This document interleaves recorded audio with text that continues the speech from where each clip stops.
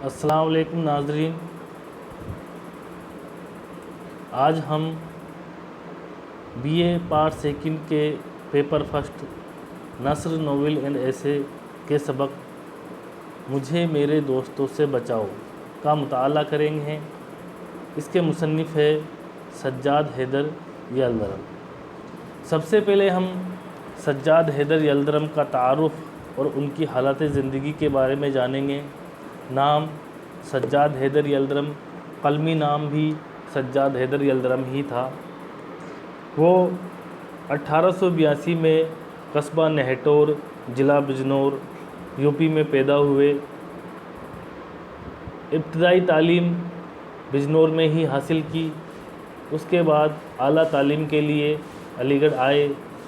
وہاں پر ترکی زبان و ادب سے انہیں گہری دلچسپی ہونے کی وجہ سے اس کا مطالعہ شروع کیا۔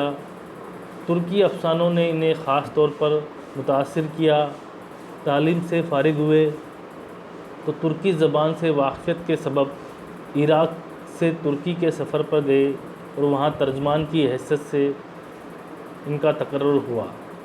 مختلف ملازمتوں کے بعد علی گڑھ مسلم یونیورسٹی کے رجسٹرار مقرر ہوئے اور آخر میں لکھنؤ میں مستقل سکونت اختیار کی اور یہیں پر 1942 میں یہ سرائے فانی سے کوچ کر گئے۔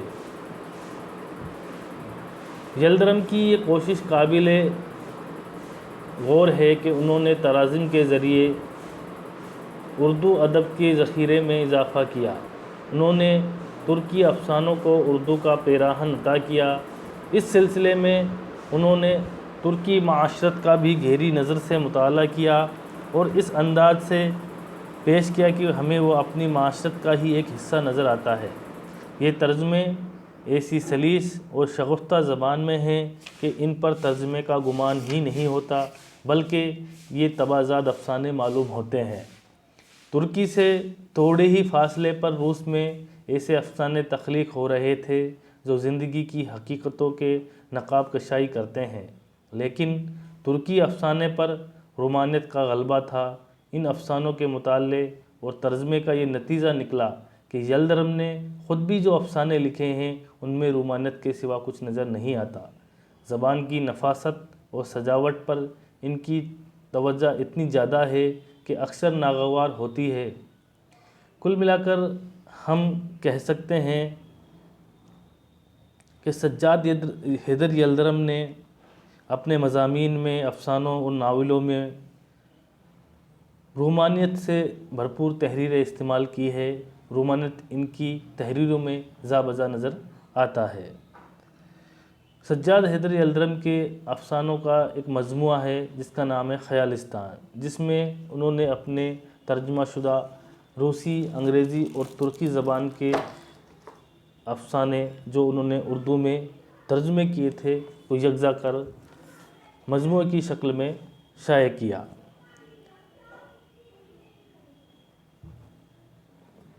ہمارا یہ سبق انتخاب نثر کتاب کے دوسرا سبق ہے مجھے میرے دوستوں سے بچاؤ۔ اس میں ایک مضمون نگار نے اپنے احباب کی شکایت درج کی ہے۔ کل ملا کر مجھے میرے دوستوں سے بچاؤ سبق میں مصنف نے اپنے دوستوں کی شکایت بھی کی ہے اور ان کی ذرہ نوازی کو بھی تحریری شکل میں بتایا ہے۔ سب سے پہلے سبق کی شروعات وہ ایک شعر سے کرتے ہیں: اور کوئی طلب ابنائے زمانے سے نہیں، مجھ پہ یہ احساس جو نہ کرتے تو یہ احساس ہوتا۔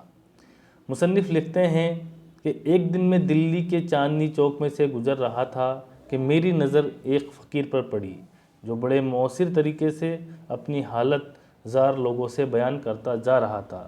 2-3 منٹ کے وقفے کے بعد یہ درد سے بھری اسپیچ انہی الفاظ اور اسی پیرائے میں دہرا دی جاتی تھی۔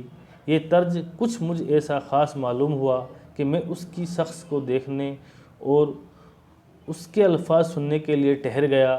اس فقیر کا قد لمبا، جسم خوب موٹا تازہ تھا، اور چہرہ ایک حد تک خوبصورت ہوتا، مگر بدمعاشی اور بے حیائی نے صورت مسخ کر دی تھی۔ یہ تو اس کی شکل تھی، رہی اس کی صدا تو میں ایسا کسی القلب نہیں ہوں کہ صرف اس کا مختصر سا خلاصہ لکھ دوں۔ وہ اس قابل ہے کہ لفظ بے لفظ لکھی جائے۔ فقیر یہ کہتا اور جن پر اس قصے کا اثر ہوتا ان کی خیرات لیتا ہوا آگے بڑھ گیا، لیکن میرے دل میں چند خیالات پیدا ہوئے اور میں نے اپنی حالت کا مقابلہ اس سے کیا، اور مجھے خود تعجب ہوا کہ اکثر امور میں نے اسے اپنے سے اچھا پایا۔ یہ صحیح ہے کہ میں کام کرتا ہوں اور وہ مفت خوری سے دن گزارتا ہے، نیز یہ کہ میں نے تعلیم پائی اور وہ جاہل ہے، میں اچھے لباس میں رہتا ہوں، وہ پھٹے کپڑے پہنتا ہے، بس یہاں تک میں اس سے بہتر ہوں۔ آگے بڑھ کر اس کی حالت مجھ سے بد درجہ اچھی ہے، اس کی صحت پر مجھے رشک کرنا چاہیے۔ میں رات دن فکر میں گزارتا ہوں اور وہ ایسے اطمینان سے بسر کرتا ہے کہ باوجود بسورنے اور رونے کی صورت بنانے کے اس کے چہرے سے کوئی بشاشت نمایاں تھی۔ بڑی دیر تک غور کرتا رہا کہ اس کی یہ قابل رشک حالت کسی وجہ سے ہے، اور آخر کار میں اس بظاہر عجیب نتیجے پر پہنچا جسے وہ مصیبت خیال کرتا ہے وہی اس کے حق میں نعمت ہے۔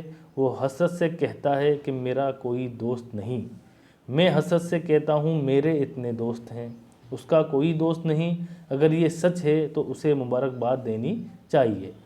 کل ملا کر سبق کے پہلے اور دوسرے اقتباس میں مصنف نے ایک فقیر کا قصہ بیان کرتے ہوئے اس کی زبان میں اس نتیجے پر پہنچا ہے کہ اس فقیر کے کوئی دوست نہیں ہے اور میرے بہت سارے دوست ہیں۔ تو ان نے اس اقتباس میں مضمون نگار مصنف اپنے دوستوں کے شکایت تحریر کرے گا۔ وہ آگے لکھتے ہیں، میں اپنے دل میں یہ باتیں کرتا ہوں اور اس کے بارے میں سوچتا ہوں، کیسا خوش قسمت آدمی ہے، کہتا ہے میرا کوئی دوست نہیں ہے۔ ایک خوش نصیب شخص، یہی تو تجھ سے بڑھ کر ہے۔ لیکن کیا اس کا یہ قول صحیح بھی ہے؟ یعنی کیا اصل میں اس کا کوئی دوست نہیں جو میرے دوستوں کی طرح اسے دن میں 5 منٹ کی بھی فرصت نہ دے؟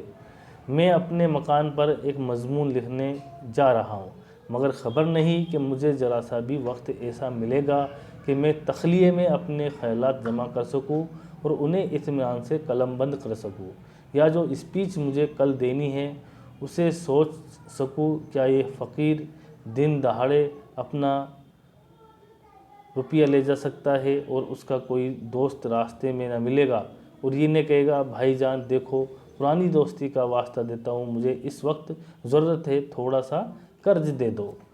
تو کل ملا کر اس والے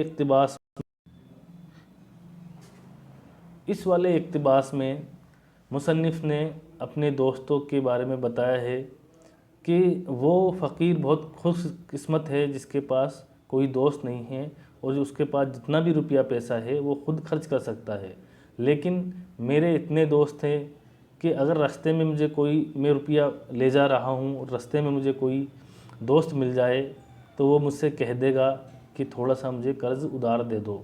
یعنی میرے دوست مجھ سے روپیے پیسے کے لیے ادھار لینے کے لیے تیار رہتے ہیں۔ یعنی مصنف اپنے بہت سارے دوستوں کا یہاں ذکر فرما رہے ہیں، ان میں سے ایک کے بارے میں بتاتے ہیں کہ میرے ایک دوست ہے، احمد مرزا ہے، جنہیں میں بڑھڑایا دوست کہتا ہوں۔ یہ نہایت معقول آدمی ہے اور میری ان کی دوستی نہایت پرانی اور بے تکلفی کی ہے، مگر حضرت کی خلقت میں یہ داخل ہے کہ 2 منٹ نچلا نہیں بیٹھا جاتا۔ جب آئیں گے شور مچاتے ہوئے چیزوں کو الٹ پلٹ کر رکھ دیتے ہیں، غرض کہ ان کا آنا بھی بھوچال سے کم نہیں ہے۔ جب وہ آتے ہیں تو میں کہتا ہوں کوئی آ رہا ہے، قیامت نہیں۔ ان کے آنے سے مجھے دور سے ہی خبر ہو جاتی ہے، باوجود کہ میرے لکھنے پڑھنے کا کمرہ چھت پر ہے۔ اگر میرا نوکر کہتا ہے کہ میاں اس وقت کام میں بہت مشغول ہے تو وہ فوراً چیخنا شروع کر دیتا ہے، کم بخت کو اپنی صحت کا بھی کچھ خیال نہیں۔ نوکر کی طرف مخاطب ہو کر کہتا ہے، خیر اتنی کب سے کام کر رہے ہیں؟ بڑی دیر سے۔ توبہ توبہ، اچھا بس میں 1 منٹ میں ان کے پاس بیٹھوں گا، مجھے خود جانا ہے، چھت پر رہوں گا، میں پہلے سے ہی سمجھتا تھا۔ یہ کہتے ہوئے وہ اوپر آتے ہیں اور دروازہ اس زور سے کھولتے ہیں کہ گویا کوئی گولا آ کے لگا ہو۔ وہ آندھی کی طرح داخل ہوتے ہیں۔ ہاں ہاں ہاں ہاں، آخر میں نے تمہیں پکڑ ہی لیا، مگر دیکھو میری وجہ سے اپنا لکھنا بند مت کرو، میں حرض کرنے نہیں آیا، خدا کی پناہ کس قدر لکھ ڈالا ہے، کہو طبیعت تو اچھی ہے، میں تو صرف یہ پوچھنے آیا تھا، واللہ مجھے کس قدر خوش ہوگی کہ میرے دوستوں میں ایک شخص ایسا بھی ہے جو مضمون نگار کے لقب سے پکارا جاتا ہے۔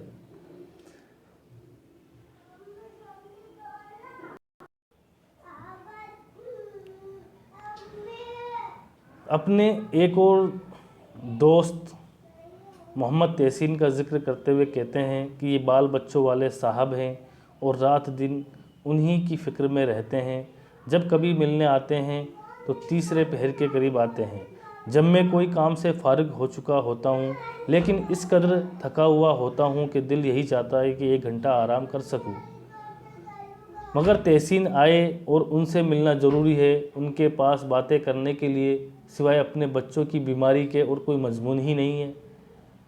کتنی ہی کوشش کرو مگر وہ اس مضمون سے باہر ہی نہیں نکلتے۔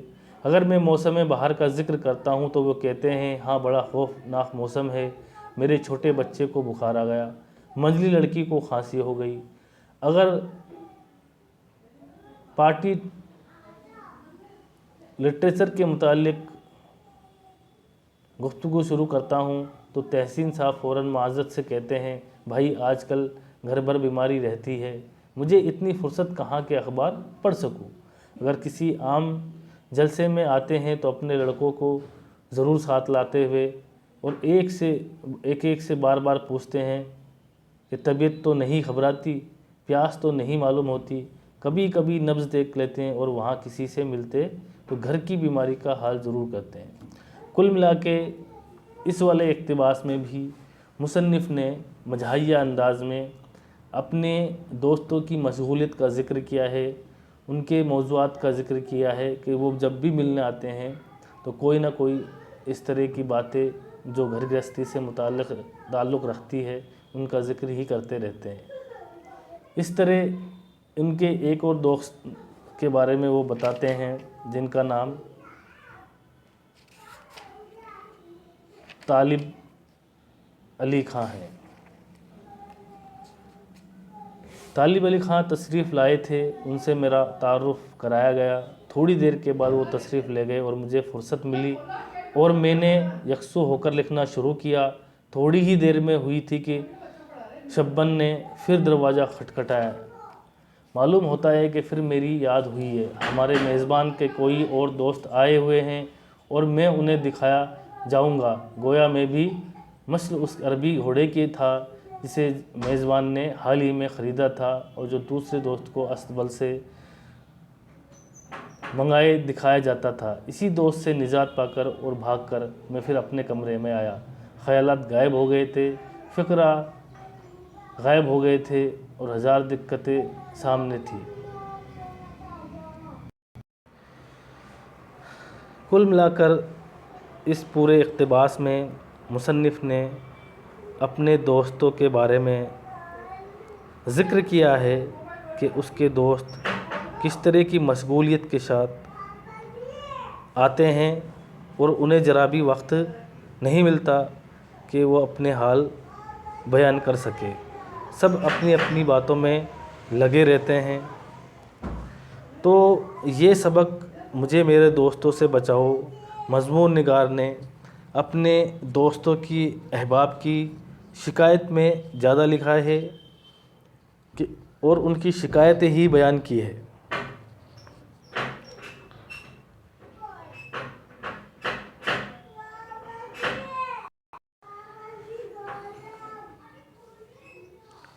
اگلے ویڈیو میں ہم انتخاب نثر کے سبق یار باس، جس کے مصنف مرزا فرت اللہ بیگ کا مطالعہ کریں گے۔ شکریہ۔